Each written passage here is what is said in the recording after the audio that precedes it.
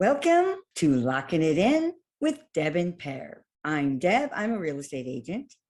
I'm Per. I'm a mortgage loan officer.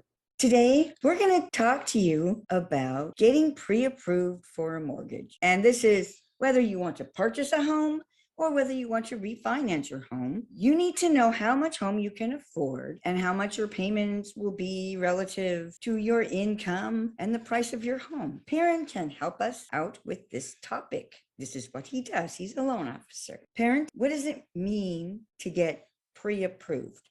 Well, what it means is you have given your loan officer your application information, including your income, and he's pulled credit or she has pulled credit on you, and your credit score is satisfactory and your credit history is good. And the loan officer has pre-qualified you for the amount that you qualify for with your income at the same time. And also he's gone to the step of doing a desktop underwriter approval for a paper, which is an online approval, basically, not the actual approval, but a step towards it. And the loan officer has told you what you qualify for. When you say a paper? Best rates. Okay, because I'm sure many people aren't familiar with that term. How does one start this process of getting pre-approved? Either online, doing an online application, or the way that I prefer, which is over the phone with your loan officer. Takes about 15 minutes. Okay. What is the difference if they go online versus if they call you? Well, it just takes a little bit longer because I have to be aware that they went online. I still have to talk to them and give them their information. And there may be additional questions besides what's online. And when you say online, are you referring to a specific place online? The lender's online application. Okay. This is after they've already talked to you? Or before. Or before. Okay. Either way.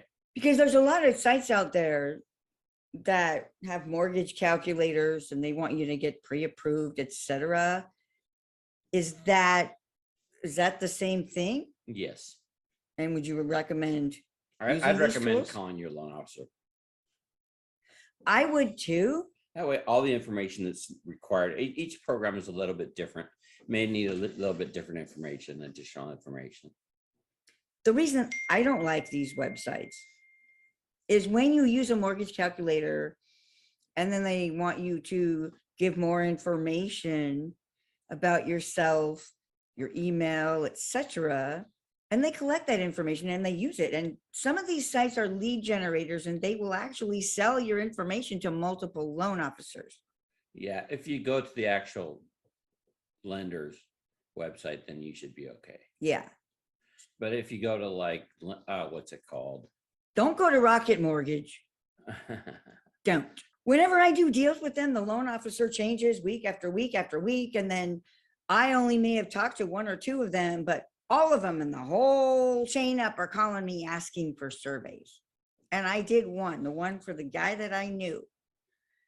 It was kind of frustrating that I could never talk to the same loan officer and they didn't know what was going on necessarily on any particular loan. It just seemed a bit of a disconnect. The way that they run their business, they don't really value the personal relationship that a client has with their loan officer. And they don't value me as a real estate agent. The important thing is that if you do use a website to do this, use the official site of a lender and not a third-party spam collector site. How long does it take to get pre-approved once you submit the application? It's about a half an hour. Okay. Okay. And within that, after that time, they will know exactly how much money they can afford in a home. Yes. Okay.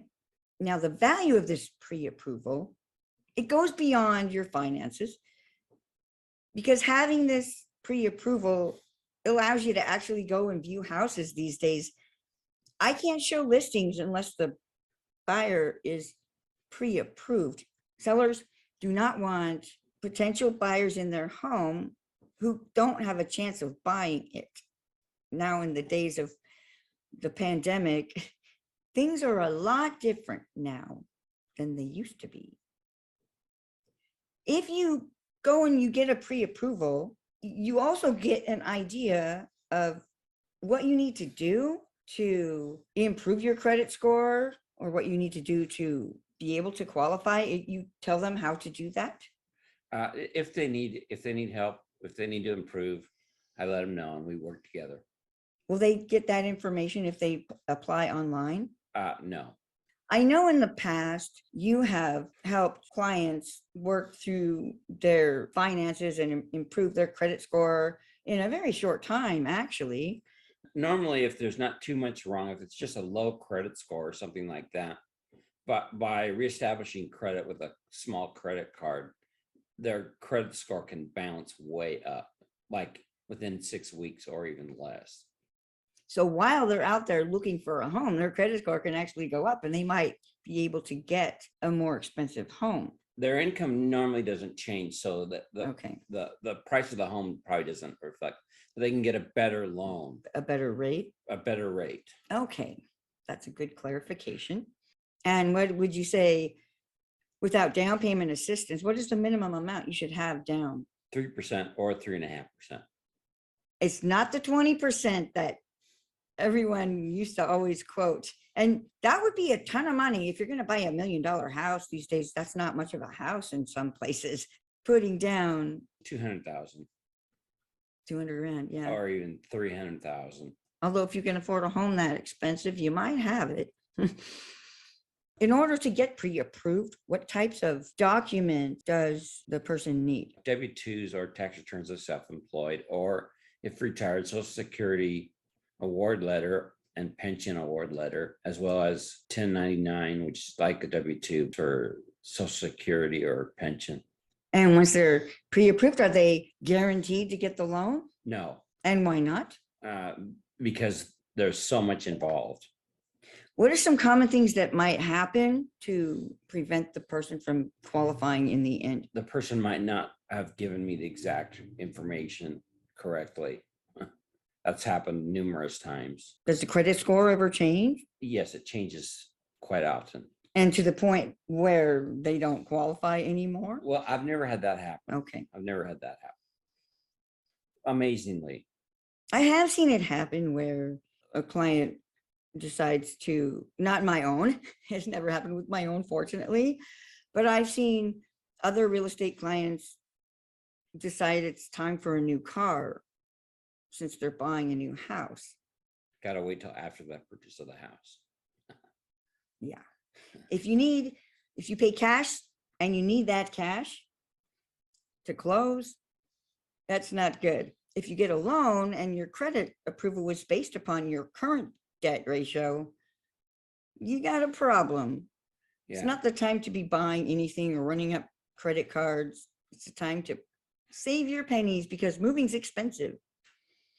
Even after you pay for the house, what is the difference between pre-approval and pre-qualification? We've heard both of those terms floating around out there. Well, normally the only difference is that the loan officer will go to the trouble of going to Desktop Underwriter website and getting an approval there, which makes it more powerful than just the say-so of the loan officer. What is it about Desktop Underwriter that That's what lenders makes use. That's what lenders use. The conditions on that normally are what are required for the loan. okay, does this connect to an actual service that verifies anything? The lender will verify everything. The underwriter will verify everything. That's a way that things could go wrong. If You mean the everything doesn't actual match up. underwriter? The actual underwriter. And they'll see something and that conflicts with the desktop underwriter, which Right. can't be as dynamic as an individual human. Because you have algorithms coded into it that do these calculations and end up with the result. But if there's something different that the underwriter may not be able to tell, certain situations might be a little bit different. Right. Does the rent count in their pre-approval if they're buying a first home? It depends. Because it's not in their debt. It's not in their debt It ratio. depends. It depends. It hasn't traditionally counted, but on one occasion, I saw a borrower's rent included on his credit report before I even pulled credit on him. And so it actually helped his score. But that doesn't happen very often.